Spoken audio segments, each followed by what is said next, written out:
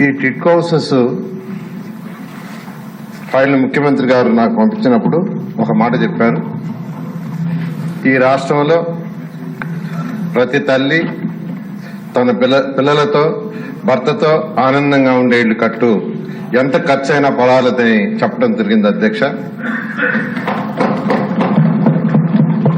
అంతేకాకుండా మీ అందరూ చెప్తున్నాను, నేను యాక్చువల్ గా MSc 79 కంప్లీట్ చేశాను. నేను పుట్టి పెరిగింది పేద కుటుంబంలో, ఒక పూరి గుడిసెలోనే.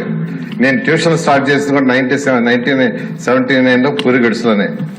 అందువల్ల పూరి గుడిసెలో ఉంటే ఇబ్బంది లేదు నాకు తెలుసు కాబట్టి ముఖ్యమంత్రి గారు ఇచ్చిన ఈ అవకాశాన్ని ఈ రాష్ట్రంలో ఉన్న ప్రతి పేదవాళ్ళకి మంచిళ్ళు కట్టాలనే ఉద్దేశంతో అమరావతి రాజధాని విషయమై అనేక దేశ విదేశాలు తిరగడం జరిగింది.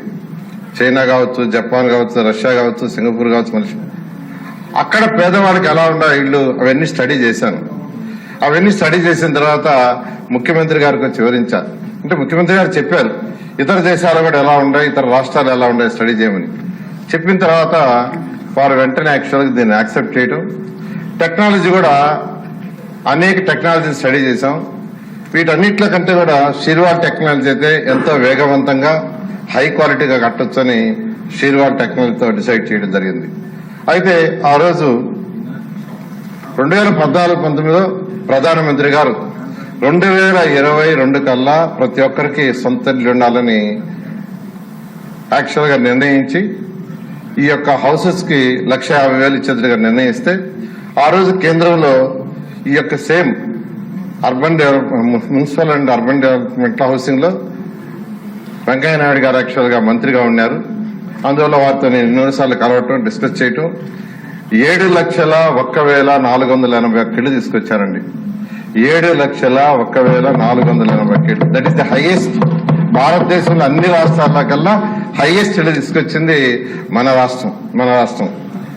దీంట్లో 5 లక్షల ఇళ్లకి యాక్చువల్ గా మనం అడ్మినిస్ట్రేటివ్ క్లియరెన్స్ ఫస్ట్ ఇచ్చాం. అంటే అడ్మినిస్ట్రేటివ్ క్లియరెన్స్ ఇచ్చే ముందు సైట్స్ ఉండాలి. సైట్స్ ఆ రోజు 5 లక్షల ఇళ్లకి యాక్చువల్ గా సైట్స్ ఉన్నాయి. 4,54,704 ఇళ్లకి 2017 జూలైలో మనం టెండర్లు ఇచ్చాం. వెంటనే వాటిని అన్నింటినీ యాక్చువల్ గ్రౌండ్ చేయడం జరిగింది. 2019 మేకి 77,371 ఇళ్లు కంప్లీట్ చేశాం. అంటే మన ప్రభుత్వం మారే రోజుకి 77,371 ఇళ్లు. ఇందులో ఈ షీర్వాల్ టెక్నాలజీ తీసుకురావడానికి కూడా కారణం ఏంటంటే ఇన్ని లక్షల ఇళ్లు కట్టాలంటే, తక్కువ సమయంలో కట్టాలంటే, స్ట్రాంగ్ గా ఉండాలంటే best technology shear wall technology. Shear wall టెక్నాలజీలో ఫౌండేషన్ కి మనకు 1 మంత్ ఆర్ 2 మంత్స్ అయినా ఈచ్ ఫ్లోర్ కి 1 వీకే. First floor 1 week, second floor 1 week, అలా 4 ఫ్లోర్లు వేయడానికి 4 వారాలు చాలు. అందువల్ల ప్రత్యేకంగా ఈ టెక్నాలజీ తీసుకురావడం జరిగింది. అయితే గత ప్రభుత్వం జగన్మోహన్ రెడ్డి ప్రభుత్వం వచ్చి ఇప్పుడు సభ్యులందరూ చెప్పారు, ఒక కక్ష సాధింపుతో నిరుపేదలకి ఎందుకు ఇట్టాటి ఇళ్ళని ఉన్న ఇళ్లలో 2,38,340 ఇళ్లను క్యాన్సిల్ చేసి కేవలం 2,61,640 ఇళ్లు మాత్రం ఉంచారు. కానీ ఉంచి అవన్నీ కంప్లీట్ చేశారంటే అవి కూడా కంప్లీట్ చేయాల. మన ప్రభుత్వం ఉన్నప్పుడే మనం 77,000 ఇళ్లని కంప్లీట్ చేయడం జరిగింది. ఈ ప్రభుత్వం వచ్చి 5 సంవత్సరాల్లో విత్ ఇన్ఫ్రాస్ట్రక్చర్ పూర్తి చేసింది 57,000 మాత్రమే. 57,000 ఇళ్లు. ఇన్ఫ్రాస్ట్రక్చర్ లేకుండా 1,10,000 ఇళ్లు చేశారు. ఇప్పుడు ఆ సభ్యులందరూ చెప్పారు రోడ్డు లేదు, డ్రైన్ లేదు, ఎస్టీపీ లేదని. 1,10,000 నామకే వాసి. అవి కూడా ఏంటంటే మన ప్రభుత్వంలో 75% కంప్లీట్ చేసి, 90% కంప్లీట్ చేసి, 85% కంప్లీట్ చేసిన ఆ 1,10,000 మాత్రం కంప్లీట్ చేశాడు. మిగతా అన్ని వదిలేశారు.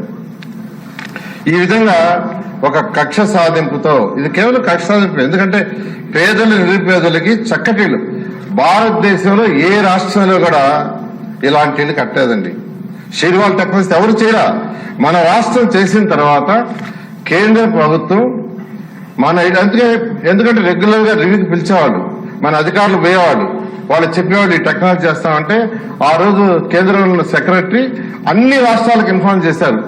ఆంధ్రప్రదేశ్ లో ఎంతో వేగవంతంగా ఇళ్లు కడుతున్నారు షీర్వాల్ టెక్నాలజీతో.